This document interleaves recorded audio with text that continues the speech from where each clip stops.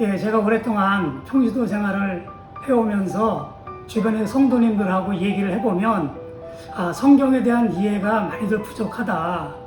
예, 그런 생각을 하게 되었고요. 또 교회에서 이렇게 이제 통독들을 많이 하는데 과연 성도님들이 통독을 하면서 성경에 대한 이해를 충분히 하고 있을까? 이런 생각을 해보면 결론은 그렇지 않다 하는 것입니다. 그래서 특별히 성경을 통독하시는 분들, 또 성경을 좀 이해하고 싶어하는 분들에게 좀 도움이 되지 않을까 해서 이 바이블 이슈 40을 집필하게 되었습니다. 저는 이 성경이 66권 전체가 하나의 시나리오라고 보고 있어요. 그렇게 해서 예수 그리스도를 주인공으로 한 한 편의 시나리오, 이것이 성경이라고 생각하고 있고요. 그 다음에 우리가 성경을 읽을 때 성경을 먼 옛날 이야기처럼 읽고 있어요. 나랑 아무 상관이 없는 옛날 이야기처럼 읽고 있는데 그렇지가 않다 하는 메시지를 전달하고 싶습니다. 또 이것이 나하고 상관이 없는 또 먼 이스라엘의 얘기라고 생각을 하는데 시공간을 초월해서 이 성경은 옛날 이야기도 아니고 현재와도 직접적으로 연결이 되어 있고 또 현재 우리의 삶과도 직접적으로 연결이 되어 있는 그런 내용이라고 봅니다. 그러한 메시지들이 독자들에게 전달되었으면 합니다. 기본적으로 일반 성도님들이 성경을 읽을 때 잘 관심이 안 두는 몇 가지가 있습니다. 첫 번째는 사람 이름들이 굉장히 외우기도 어렵고 또 이해가 안 되기 때문에 대충 건너뜁니다. 그 다음에 지명입니다. 여러 가지 많은 지명들이 나오는데 이것도 우리랑 별로 상관이 없는 것 같고 하니까 지명들도 대충 그냥 건너뛰고 그런 식으로 읽어요. 그리고 또 성경에는 많은 때에 대한 기록들이 있어요. 언제라는 기록들이 있는데 이건 역시 계산하기도 복잡하고 하기 때문에 일반 성도들이 잘 머릿속에 두지 않고 그냥 성경을 읽어 나갑니다. 그렇기 때문에 언제, 어디서, 누가 이런 내용에 대해서 성경을 읽어도 머릿속에 남아있는 게 없으니까 서로 어떤 연결점들을 찾지 못한 채 그냥 성경을 그냥 읽어 나가는 거예요. 그러니까 성경을 10번, 20번 읽어도 정확하게 성경이 무엇을 얘기하는지 알아채기가 쉽지 않다는 점입니다. 그렇게 해서 성경을 읽을 때는 반드시 언제, 어디서, 누가 라는 것에 대해서 그런 어떤 팩트죠, 사실에 대해서 관심을 가지고 읽으면 성경이 훨씬 더 읽기가 쉬워지고 나와 굉장히 가깝게 다가온다는 것을 알 수가 있습니다. 사실은 저는 이제 통독보다도 이 한 권별로 읽는 것을 굉장히 선호해요. 그리고 저는 일단은 66권 중에서는 창세기가 가장 중요하다고 봅니다. 그래서 제가 이제 성경을 읽을 때도 창세기를 수십 분을 읽는 거예요.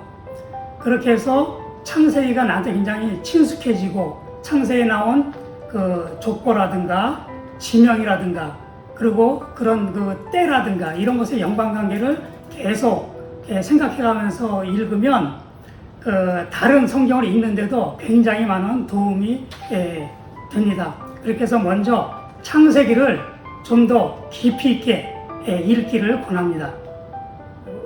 제가 원래 역사에 대해서 좀 관심이 많았어요. 그렇게 해서 역사 관련된 서적들을 비교적 좀 많이 읽은 편입니다.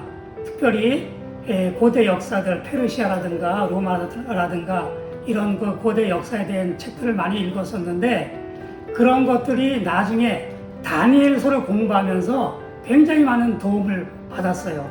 그렇게 해서 다니엘서를 읽으면서 이 세상의 역사라고 하는 것이 이미 하나님께서 다니엘을 통해서 다 예언하신 대로 진행이 되는 거구나. 정말 역사 가운데 이 역사를 주관하시고 섭리하시는 분이 바로 하나님이구나. 이런 거를 깨닫게 되면서 더욱더 열심히 또 역사에 대해서 또 성경에 대해서 공부를 하게 되었습니다. 특별히 이제 고대 역사가 제일 많이 나오는 책이 다니엘서거든요. 근데 이제 일반적으로 교회에서 다니엘서 하면 다니엘의 사자굴 사건, 그 다음에 다니엘 세 친구의 풀무불 사건, 이제 그 정도밖에는 잘 공부를 안 하거든요. 근데 다니엘서를 공부하면서 좀 조금 어렵긴 해도 역사를 같이 좀 공부해 놓으면 정말 하나님께서 이 역사를 주관하고 계시는구나, 이런 것들을 가슴에 확 느낄 수가 있어요. 그렇게 해서 제가 이제 좀 전에는 그 창세기에 대해서 중요성을 제가 말씀드렸지만, 더불어서 좀 다니엘서 같은 것도 함께 공부해 두면 정말 하나님에 대한 어떤 그 위대한 그 역사심, 이런 거를 가슴 깊이 느낄 수 있다고 봅니다. 그래서 조금 어렵더라도 좀 역사 부분도 함께 공부했으면 좋지 않을까, 이렇게 생각합니다. 시중에 보면 그 성경과 5대 제국, 이제 이런 책들도 나와 있고요. 그 다음에 이제 요즘에는 인터넷이 발달하다 보니까 그 관심 가는 부분이라든가 나라라든가 또는 왕이라든가 어떤 사건이라든가 어떤 전쟁이라든가 이런 거를 검색만 하면 그 내용들을 굉장히 상세하게 알 수가 있어요. 그래서 조금만 관심만 가지면 고대 역사도 어렵지 않게 쉽게 접할 수가 있습니다. 지금 구상하고 있는 책이 있습니다. 그 내용은 무엇이냐면, 지금 현재 이스라엘 땅에서 그 이스라엘의 회복이라든가 그 다음에 전 세계 퍼져 있는 유대인들이 지금 귀환을 하고 있어요. 우리가 성경을 보면 이스라엘 땅, 가나안 땅을 떠났던 이스라엘이 다시 돌아온 사건이 3번 있었습니다. 첫 번째는 그 야곱이 형 에서를 피해서 하란으로 갔다가 그 후에 다시 가나안 땅으로 돌아오는 사건, 저는 이것을 첫 번째 귀환이라고 보고 있고요. 그 다음에 그 유명한 출애굽 사건, 그 이스라엘이 애굽으로 갔다가 430년 후에 다시 가나안 땅으로 돌아오는 사건이죠.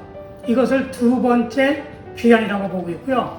그 다음에 유대인들이 바벨론으로 포로로 잡혀갔다가 다시 고레스의 조서로 말미암아 70년 만에 다시 이스라엘 땅으로 돌아오는 사건, 이것을 세 번째 귀환이라고 보고 있습니다. 현재 이스라엘 땅에서 이루어지는 이스라엘의 회복이라든가 그 다음에 전 세계 유대인들이 168개국에서 지금 이스라엘 땅으로 돌아오고 있습니다. 매일매일 돌아오고 있어요. 이 사건은 100년 전부터 시작돼서 지금 100년 이상 계속되고 있는데, 저는 이것을 네 번째 귀환 사건으로 보고 있습니다. 이 사건에 대해서는 이미 이사야서, 예레미야서, 에스겔서와 같은 선지서에 수십 군데 그들이 돌아올 것이라고 이미 예언이 되어 있는 것입니다.